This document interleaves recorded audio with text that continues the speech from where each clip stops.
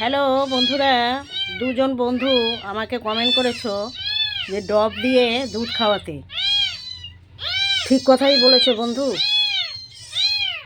এই যে ডব ছাড়া কায়দা হচ্ছে না। খুব ভালো কথা বলেছো, তোমাকে অনেক ধন্যবাদ, তোমাদের অনেক ধন্যবাদ। এই যে দেখো ডবটা দিয়ে কত সুবিধা হচ্ছে। এই যে বন্ধুরা দেখো খাওয়াচ্ছি। ঠাকুরের কাছে প্রে করো এরা যেন বেঁচে যায়। বড় করে হা করাও বন্ধুরা। জগতে অনেক রকম মানুষ আছে, আমার জীবনে অনেক অভিজ্ঞতা হয়েছে। এই যে বিড়ালদের আমি একটু যত্ন আত্তি করি, ভালোবাসি, খাওয়াই, এই নিয়ে কি মজা করে আমার সঙ্গে, কি হাসাহাসি করে। কিন্তু আমি ভাবি মানুষের মধ্যে যা আছে পশুদের মধ্যেও তাই আছে, শুধু ওরা মুখে কথা বলতে পারে না।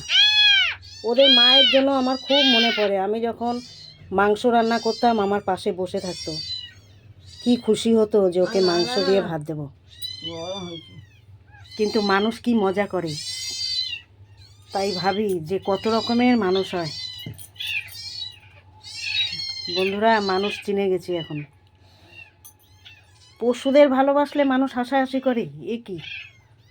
শুধু হাত পা চোখ কান থাকলেই হয় না, মনুষ্যত্ব জিনিসটা থাকতে হয়। মান আর হুঁশ, এই দুটো জিনিস যার মধ্যে আছে সেই মানুষ। তো এদের কষ্ট কি কষ্ট না?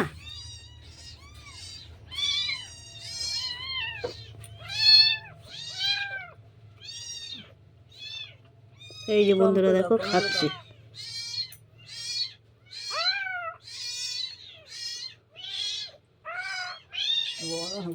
চেষ্টা করছি, এখন ভগবানই জানে। এদের বাঁচা সব ভগবানের ওপর। হ্যাঁ, একটু উষ্ণ গরম না করলে দুধটা, পুরো ঠান্ডা দুধ খাওয়ানো যাবে না। ফ্রিজ থেকে বার করে একটু উষ্ণ গরম করলাম।